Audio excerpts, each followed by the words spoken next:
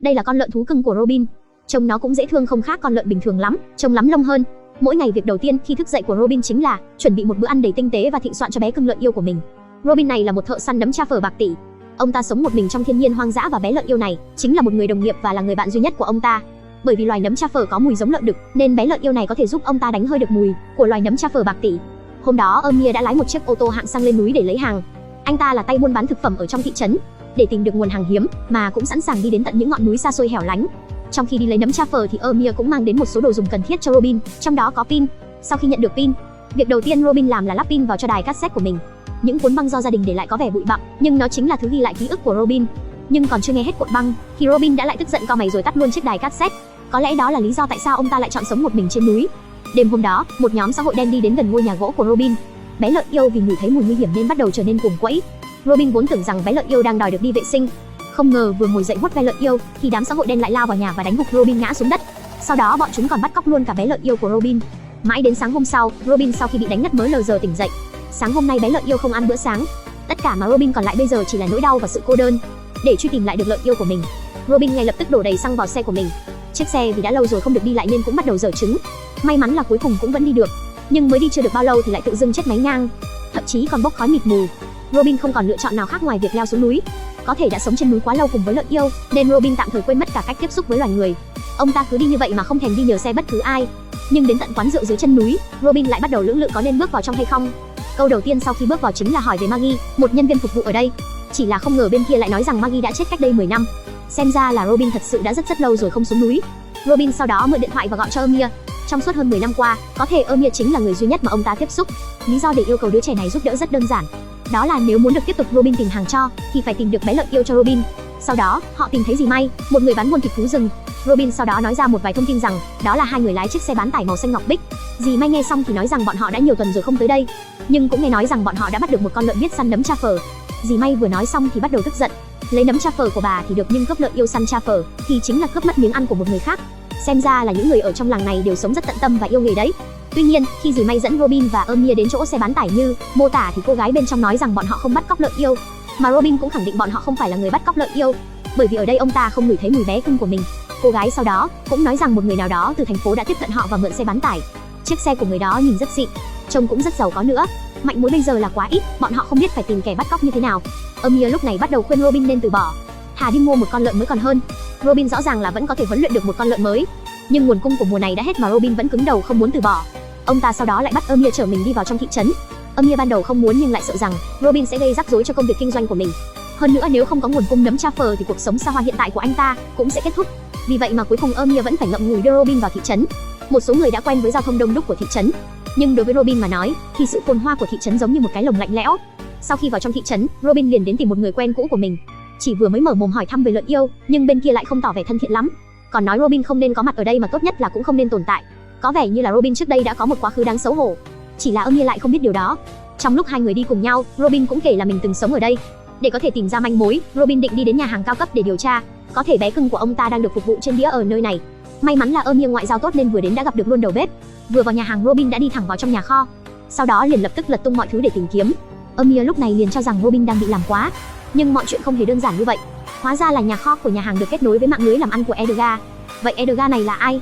Hóa ra Edgar là một tên trùm xã hội đen. Ông ta tổ chức các trận đấu quyền Anh cho nhân viên nhà hàng. Miễn là tên tuổi đủ lớn thì sẽ đều được ghi nhớ. Và Robin năm đó cũng từng là một người như vậy. Sau khi đến đấu trường, Robin lập tức viết tên của mình lên bảng. Bất ngờ là sau đó tất cả mọi người đặt được vào ông ta. Có vẻ như là năm đó, Robin từng là một bất khả chiến bại ở đây. Nhưng quy tắc quyền Anh ở đây rất khác. Chỉ cần trong vòng 1 phút có thể chịu đựng bị mút thì cũng được xem như là thắng. Nói trắng ra, đó là một trò chơi đánh bại bạn lấy mạng để kiếm tiền. Nhưng Robin bây giờ tuổi tác đã lớn, còn chưa được 1 phút thì đã ngã gục rồi. Sống chết bây giờ là tùy vào may mắn. May mắn là Edgar sau đó liền dừng trò chơi lại. May mắn hơn là Robin sau đó cũng vẫn kiên cường đứng lên. Nhưng thứ ông ta muốn lúc này không phải là tiền mà là tung tích của lợn yêu. Edgar sau đó đã đưa cho Robin một mảnh giấy ghi chú. Có vẻ như đây là manh mối để đi tìm lợn yêu. Ít nhất thì cuộc chiến lần này của Robin cũng không phải là vô ích. Ngày hôm sau, Robin bắt đầu hỏi thăm về địa chỉ trên tờ giấy. Mà địa chỉ này chính là nhà hàng rất nổi tiếng của nhà Fenway. Ở đây ai ai cũng đều biết mọi thứ trong nhà họ đều là những nguyên liệu quý. Vì vậy, những người đến ăn tiệc còn phải ngậm một miếng răng vàng. Amir sau đó cũng kể lại câu chuyện của gia đình mình. Nói năm đó mỗi ngày bố mẹ anh ta đều cãi nhau, cho đến một ngày gia đình anh ta đến nhà hàng này để dùng bữa. Bất ngờ là sau đó cả hai người đều nở nụ cười. Đây là lần đầu tiên mà Amir thấy mẹ mình hạnh phúc như vậy. Vì vậy mà thức ăn ở đây chính là thứ đã hàn gắn gia đình anh ta. Nhưng cũng không may là sau đó mẹ của anh ta đã tự tử. Nghe đến đây, Robin bất giác chảy nước mắt. Ông ta cố gắng an ủi Amir. Dù sao thì tất cả mọi chuyện đều là quá khứ. Người thì cũng đã chết rồi, cuộc sống chính là như vậy. Robin sau đó để Amir đi đặt chỗ ở nhà hàng. Chuyện này cũng không phải là khó khăn gì vì dù sao bố của Amir cũng là một trong những nhà cung cấp cho nhà hàng này. Nhưng Amir không muốn dùng tên của bố mình. Vì vậy, anh ta đã tìm được một đầu bếp nổi tiếng trong ngành. Sau đó đề nghị bán một nửa giá cho người này để anh ta có thể đặt bàn giúp cho mình. Nhưng không ngờ người đầu bếp liền lập từ chối. Anh ta không muốn gây rắc rối với bố của Amir. Hết cách, Amir đành phải để tên của Robin để đặt bàn. Không ngờ người đầu bếp liền đồng ý luôn. Thân phận của ông già Robin này lại ngày càng bí ẩn hơn. Bên này Robin đang lững thững vô hồn đi về ngôi nhà cũ của mình. Đã hơn 10 năm rồi, mọi thứ đều đã thay đổi. Ông ta lặng lẽ đi vòng ra sau sân và nhìn thấy một cậu bé đang ngồi trên cầu thang. Vết thương trên mặt Robin khiến cho cậu bé bị sợ hãi co rúm người lại. Nhưng Robin sau đó lại khen đồ chơi nhạc cụ của cậu bé còn ngỏ lời muốn chơi cùng. Cậu bé sau đó cũng đồng ý dạy cho Robin. Sau đó, cả hai cùng trò chuyện với nhau. Robin lại kể về chuyện cây hồng ở trong sân cho cậu bé nghe. Chỉ là một cậu bé chuyển đến sau lại còn nhỏ nên không hiểu Robin đang nói gì. Robin lại lững thững vô hồn rời khỏi ngôi nhà cũ của mình. Bên trong nhà hàng, một chị phục vụ nách hết lời khen món ăn của mình, nói món này có tên là nàng tiên khói. Ngay lập tức mở nắp và để các món ăn thể hiện khí chất sang trọng và đắt tiền. Nhưng trong mắt Robin thì đây chỉ là một con sò. Ông ta dùng tay bóc vào mồm rồi nuốt luôn chứ không thèm nhai. Sau đó lại yêu cầu nhân viên phục vụ gọi đầu bếp ra. Điều này khiến Amir ở bên có chút xấu hổ. Bởi vì dù sao thì bố của Amir cũng cung cấp thức ăn cho nhà hàng này. Robin làm như vậy là đang xem thường gia đình anh ta. Nhưng Robin cũng không hiểu vì sao Amir không dựa dẫm vào cha mình. Còn Amir thì nói rằng tốt nhất là nên tự dựa vào chính mình. Anh ta muốn thử cuộc sống không cần đến gia đình và điều đó vẫn đang rất tốt. Robin nghe xong thì không nói gì thêm nữa. Bọn trẻ bây giờ càng lớn lại càng táo bạo. Cùng lúc này thì bếp trưởng Fenway đã đến bàn. Để không làm cho không khí thêm khó xử, Amir bắt đầu hỏi về nguồn gốc của nấm truffle. Nhưng Robin thì hỏi thẳng luôn về lợn yêu của mình. Fenway có chút giật mình và không hiểu chuyện gì. Cho đến khi nhìn kỹ lại thì Fenway mới nhận ra Robin. Thì ra năm đó Robin cũng từng là một đầu bếp nổi tiếng. Và Fenway lúc đó mới chỉ là đàn em của ông ta. Quá khứ đáng xấu hổ khiến Fenway chỉ biết bật cười ngượng ngùng. Cho đến khi Robin hỏi về con lợn của mình thì Fenway lại đánh lạc hướng nói mình học chơi thái cực quyền. Không ngờ là Robin sau đó lại dùng chiêu thao túng tâm lý với Fenway. Ông ta an ủi và vỗ về Fenway như một sự đồng cảm. Mà ánh mắt đồng cảm của Robin khiến ông ta thấy như được an ủi. Vì vậy mà cuối cùng đã khai ra tất cả. Không ngờ kẻ bắt cóc lợn yêu lại chính là bố của Amir, ông Darius. Robin sau khi biết chuyện thì vô cùng tức giận. Nhưng Amir vẫn khăng khăng nói mình không biết gì cả. Cuối cùng, dưới áp lực của Robin, Amir đã để lại địa chỉ của bố mình. Robin sau đó tức giận đùng đùng đi đến trước nhà của ông Darius. Rõ ràng là Darius dường như đã dự cảm trước được điều này. Thì ra là ông ta vì muốn con trai quay về tiếp quản công việc của mình nên đã bắt cóc lợn yêu của Robin.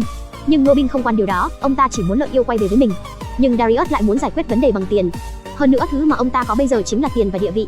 Ông ta không thể dễ dàng làm theo lời của một tên vô gia cư như Robin được. Còn nói nếu không có tiền thì ông ta sẽ nấu chính lợn yêu của Robin rồi thái thật mỏng từng miếng một. Robin cũng không nhịn nữa mà nhắc đến vợ của Darius. Nói có phải vì năm đó vợ mất nên ông ta mới trở nên như thế này hay là từ đầu đã như thế này rồi. Nhưng Darius chỉ hỏi lại có phải là Robin hay không. Darius sau đó nói ở đây không còn thứ gì cho ông ta nữa. Robin sau đó lặng lẽ đi ra ngoài cửa thì thấy Amir đã đứng chờ mình sẵn ở ngoài. Amir sau đó cũng thành thật nói rằng chính mình đã vô tình kể lại với bố về chuyện con lợn của Robin. Nhưng Robin sau đó lại nói rằng mình vốn chưa từng cần đến con lợn để đi tìm nấm truffle. Amir nghe xong ngơ ngác không hiểu chuyện gì. Robin sau đó chỉ nói về những cái cây, còn nói những cái cây sẽ chỉ dẫn cho ông ta cách để tìm nấm truffle. Amir vẫn không hiểu rốt cuộc từ đó đến giờ bọn họ đang làm vì điều gì. Nhưng câu trả lời của Robin đã khiến Amir gần như chết đứng, đó là vì Robin nói mình đã yêu con lợn.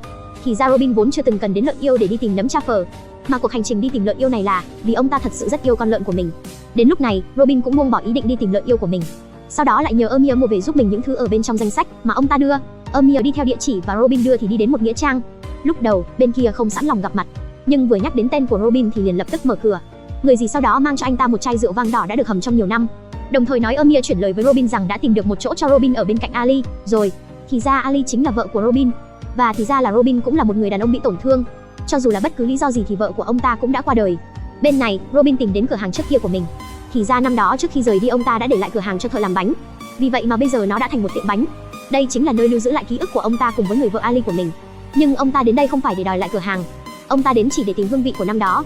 Ông ta gọi một chiếc bánh mì mà năm đó từng ăn với vợ của mình. Người thợ sau đó lấy chiếc bánh ra, mùi vị vẫn như vậy chỉ là bây giờ mọi thứ đã khác. Amir sau khi lấy đủ những thứ mà Robin cần thì đưa Robin về nhà của bố cùng với mình. Sau đó, Robin bắt đầu nấu thức ăn. Và phong thái của người đầu bếp vẫn vậy. Sau khi nấu nướng cẩn thận, món ăn ngon và hấp dẫn được bày ra trước mặt mọi người. Sau đó Amir đi đến phòng của bố và mời ông ta ra dùng bữa cùng với bọn họ. Nhưng ông Darius lại lập tức từ chối. Ông ta không muốn ăn uống bất cứ thứ gì cả. Nhưng Amir vẫn cố gắng và nói bữa tối là do mình và Robin đã chuẩn bị. Ông Darius và Amir đi đến ngồi trên bàn ăn. Bầu không khí im lặng và khó xử. May mắn là lúc này Robin lại xuất hiện cùng đĩa thức ăn. Ông ta sau đó đưa chai rượu cho Darius và nói là chính Amir đã mang chai rượu này về cho ông ta. Robin sau đó cũng không nói gì mà chỉ rót rượu rồi tự mình ăn phần ăn của mình. Nhìn hai cha con không động đậy, Robin bắt đầu giục họ.